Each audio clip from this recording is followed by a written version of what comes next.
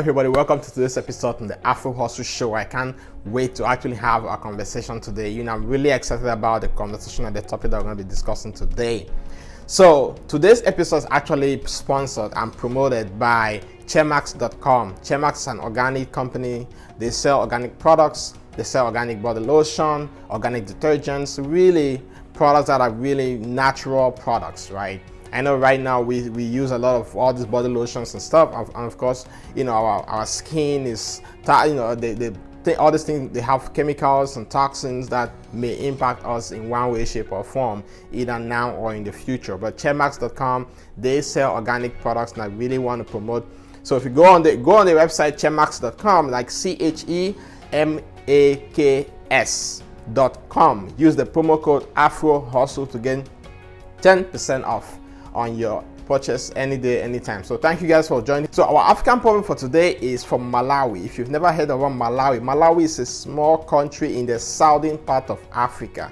So our African proverb for today says, "He who thinks he is leading and has no followers is only taking a walk." This is crazy.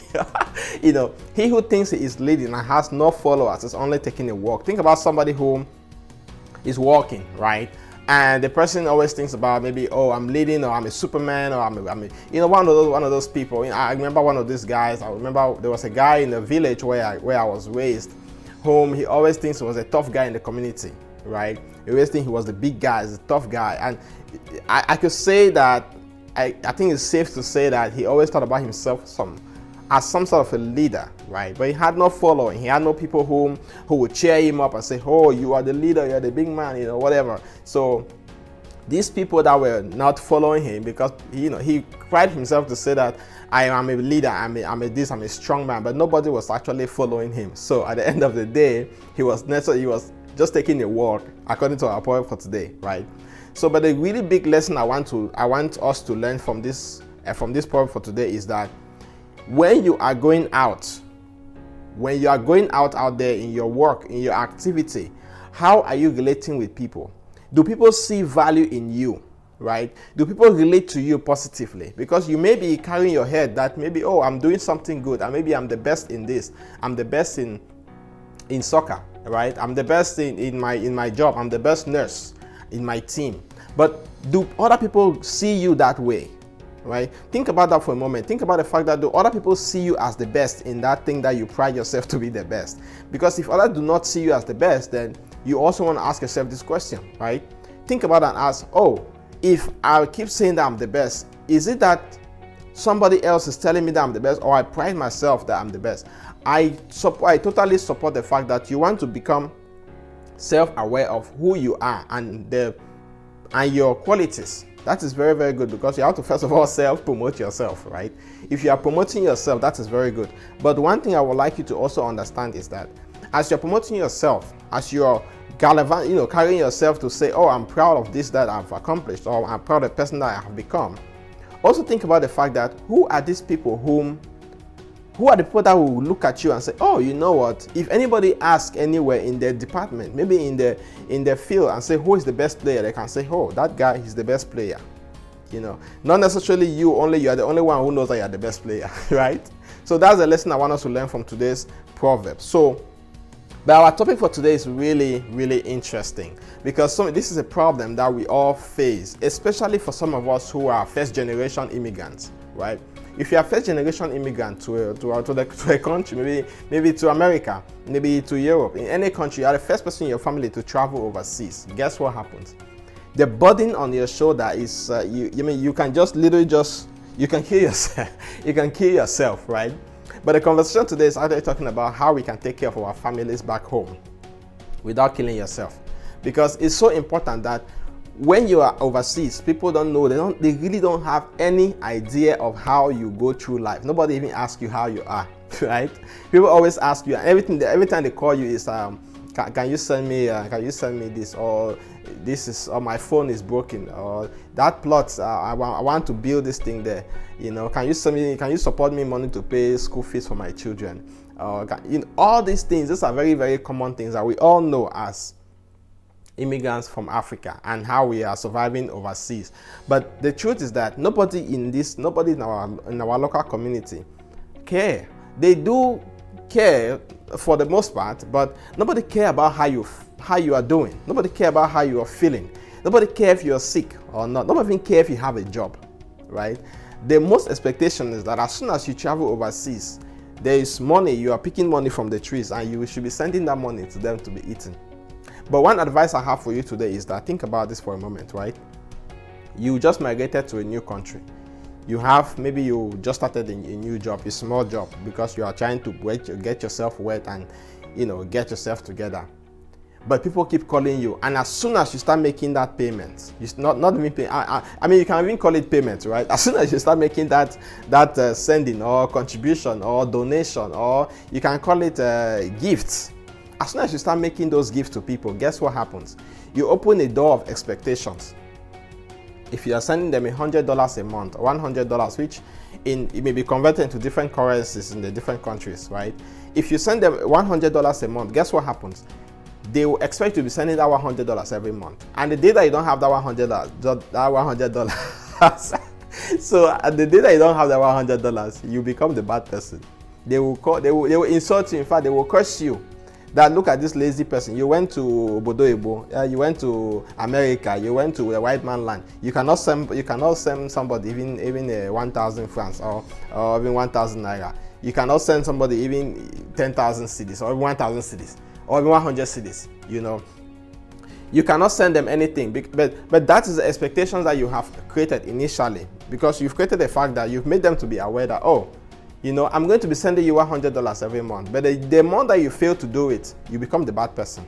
The advice I want to give to you today is that make sure that you are able to survive yourself first. Make sure that you are able to take care of yourself in whichever country that you are. If you are in America, if you are in Australia, in Europe, in France, in Canada, wherever country you are, make sure you are able to take care of yourself. Because if you cannot take care of yourself, there's no way you can take care of somebody else. If you cannot take care of the people if you cannot take care of your own self because you go to work every day, you may fall sick. You don't have any sort of insurance. Maybe you don't even have a savings for unexpected events, right? If you fall sick today, guess what? Who loses? You are the one who loses. Those people overseas, they will continue living their life, believe it or not. Whether they're your mother, your wife, your husband, your children, they will continue to live their life, but you have to take care of you first. Right? Make sure that you are able to stand up on your feet. Make sure you're able to stand up on 2 feet before you can send your hand down to say, you know what, let me rescue somebody who is drowning. But you have to take care of you first. A clear example of this, think about the fact that when you were boarding the plane to travel overseas, one of the things that the flight crew will say, if there's an emergency, the emergency mask will come down. Make sure you have your own first before you before you are able to rescue or support anybody else. They are not stupid for saying that, and it doesn't mean that they are wicked. It doesn't mean that they're asking you to be greedy, but it just makes sense. When I first entered the plane, I said, this thing. If I have my child here, I will give my child first. I will first of all want to give this mask to my child, to my child to survive. Then I'll look for my own later. But that is not the way that they've asked us to do, because it's so clear.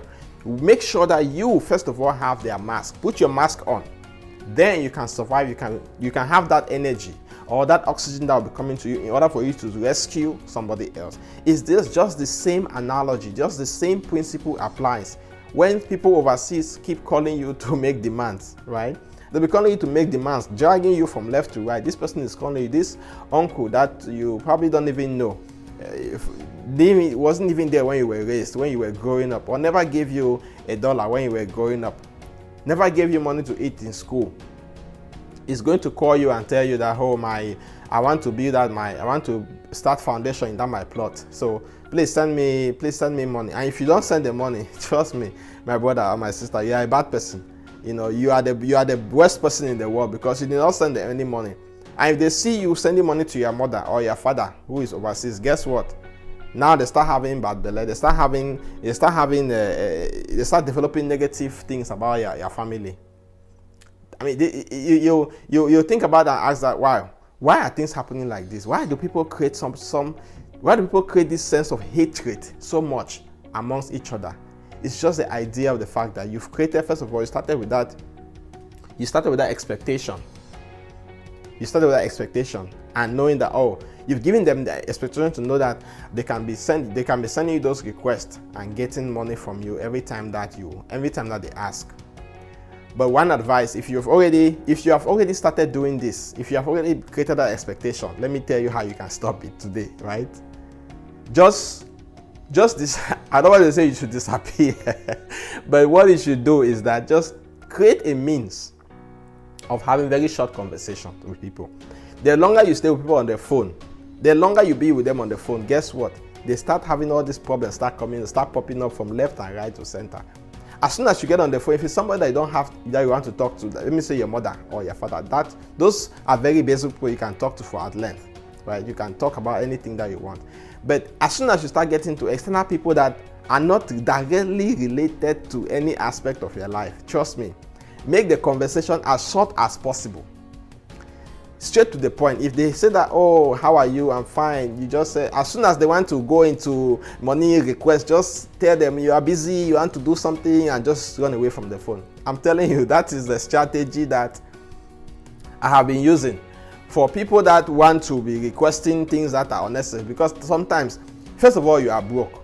You have your own wahala. You have your own problems that are going in your mind, in your head. Then you have your problems that you are facing personally in that overseas that you are, right? And these people will be calling you and asking you for money. Sometimes it may even get you very irritated. Sometimes you may even get really mad. You may just aggravate and insult them over the phone because maybe you have a bill that you have not paid. You have your landlord knocking at your door and asking you, hey, you have not paid your rent. Then you have an uncle or an external auntie calling you from overseas and asking you to send them $100 because you had promised them that you would send them $100. Another thing, don't make promises. In fact, it's better to surprise somebody than to promise them, because if somebody is not expecting you to send them anything, one day you just sit and just say, hey, they get alert on their phone that you send them $100, they will be happier. Because if you promise somebody and say, you know what, auntie, I will send you $100. Trust me, that's a debt. In fact, you owe her $100. The moment you mention that, I will send you $100, you already owe them $100. They don't care they don't care whether you had some sort of a written agreement, but that is a debt that you owe them, right? And if you don't pay that debt, if you don't give them that $100, it's a big problem. So the first thing is make your conversation very short. Secondly, make sure you don't make any promises. It's better to surprise them. It's better to surprise somebody with a gift, with a Christmas gift, than to say, oh, I'm going to send you $50 for Christmas. If you don't have that $50, my brother and my sister, for that Christmas, you are in big problem. So it's better for you to surprise them with that $50. Say, hey, auntie, take this $50 for your Christmas and enjoy. Eat something or buy something for yourself. They'll be much happy. In fact, they will pray for you that God should continue to bless you with those surprises.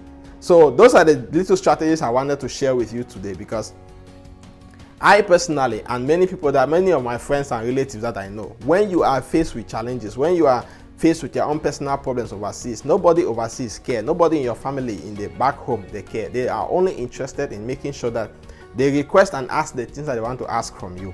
They want you to send them money. They want you to send this. They want you to send that. But nobody cares to know how your standard of living overseas is. Nobody cared to know if you've even eaten. Nobody cared to know the last time you went to the hospital, if you had a headache, right?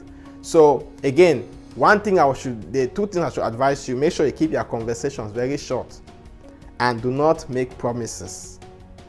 Do not make promises. It's so important you don't make them any promise.